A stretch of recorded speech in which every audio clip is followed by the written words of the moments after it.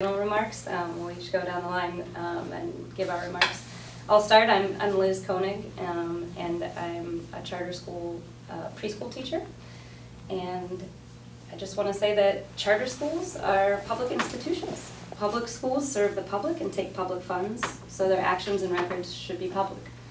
I'm told that this line of reasoning is not as indisputably obvious to others as it is to me, so that's why I'm here. I want to point out how charter school governance can be opaque, suggest ways to shine a light on it, and tell you why this matters from a teacher's point of view. Going into my 7th year as a public school teacher in DC, I've taught at 3 different charter schools. I landed at my current school in August 2014, and I was really eager to make it my home. I started building relationships with my colleagues, knowing that we need to trust each other to build an effective team for our students. At the end of my 2nd year there, many of my colleagues were gone due to what I call charter churn. Morale was low enough that we had an all-staff meeting at the end of the year to address the issue of how bad it was. Teachers were frustrated, reasonable requests were ignored or denied, and teachers felt unsupported in their classrooms. Teachers had questions. What was preventing us from getting the resources that we needed in our classrooms? Why were so many people fired or leaving? A teacher at that meeting shared that she had tried to attend a board meeting of our charter school and had been actively discouraged from attending by administration. She persisted and she attended, but understandably felt unwelcome, and it left a bad taste in her mouth. In response to her concerns and others raised at our all-staff meeting, the administration made us many promises, including the commitment to post the school's annual reports on its website, to research when and how teachers could be invited to or be a part of the school's board meetings or the instructional leadership meetings at the school. What I learned that day is that teachers care.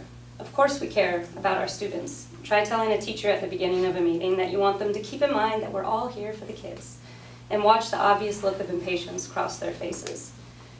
The teachers are here for the students every day, and we don't need to be reminded of that. But teachers care about who else is there for the students. Who are our institutions? Who is on our school's board? We know why we get up and come to our classrooms every day, despite the challenges. Why do our board members care about our students? How well do they know our school? On what basis do they make budgetary or operational decisions that have the power to make or break a child's success in school? In my own school, our pre-K team was told 2 years ago that our class size would be increased from 18 to 20 students in the following school year.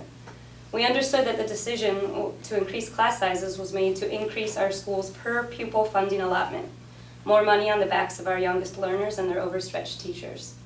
My fellow educators and I wrote a letter detailing our concerns about this change to the board, including that our ability to deliver quality instruction would be hampered by increasing class sizes. In response to our letter, the board told us that this type of instructional decision was not in their purview, even though we know the change was discussed at a board meeting from someone who was there, and moreover, inaccurate information about our pre-K program had been presented in support of the increase. Nevertheless, the board was not interested and told us to take our concerns to our school's leadership team. The leadership team response was to make empty promises and chastise us for going out of the chain of command. It was demoralizing to have our voices shut down so completely. It was defeating to realize that I had no tools to investigate the leadership team's and the board's decision to make money off my classroom at the expense of instructional quality. In many other jurisdictions, I might be able to review board meeting minutes or use FOIA to answer my questions, but not in DC. My school is one of 66 nonprofit charter organizations whose boards are exempt from the DC Open Meetings Act and the DC Freedom of Information Act, as they spend over $700 million in public funds and impact the lives of over 40,000 children. That goes even further in shielding charters from public scrutiny than the National Alliance for Public Charter Schools model law for local jurisdictions to use in governing their charter schools.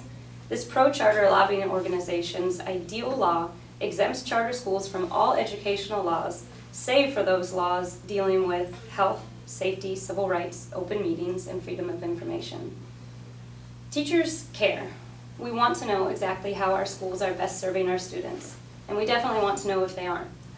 We want to know how school decisions are made, whether instructional voice is taken into account in budgetary decisions, and how our most vulnerable children are being discussed in board meetings by corporate executives or resume patters that have never met them. We want to know these things because we care. Those promises that were made to us at the staff meeting back in 2016, they weren't kept. My school's annual reports are not posted on its website. Our board meetings are not open. Morale continues to be low. In our current instructional staff of 140 people, only 22 of us were there that day 2.5 years ago. It's easy not to live up to your promises if all the promisees are gone. Because the charter lobby has been successful in exempting DC charters from the Open Meetings Act and FOIA, we lack essential tools that we could use to advocate for our children within our own schools. We feel powerless. Because of the chilling effect of at-will employment, many are afraid to press the issue with their administration.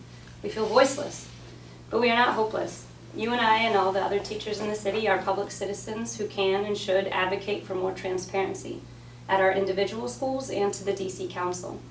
The DC Council is currently working on a bill to increase transparency in the public school system as a whole. An important piece of that transparency is requiring charter schools to operate under the same democratic principles as apply to other public bodies. Let your council member know that achieving that is important to you as a citizen or a parent or as a teacher. Transparency builds trust, so let's work together to make sure our public schools can be trusted by our students and their teachers.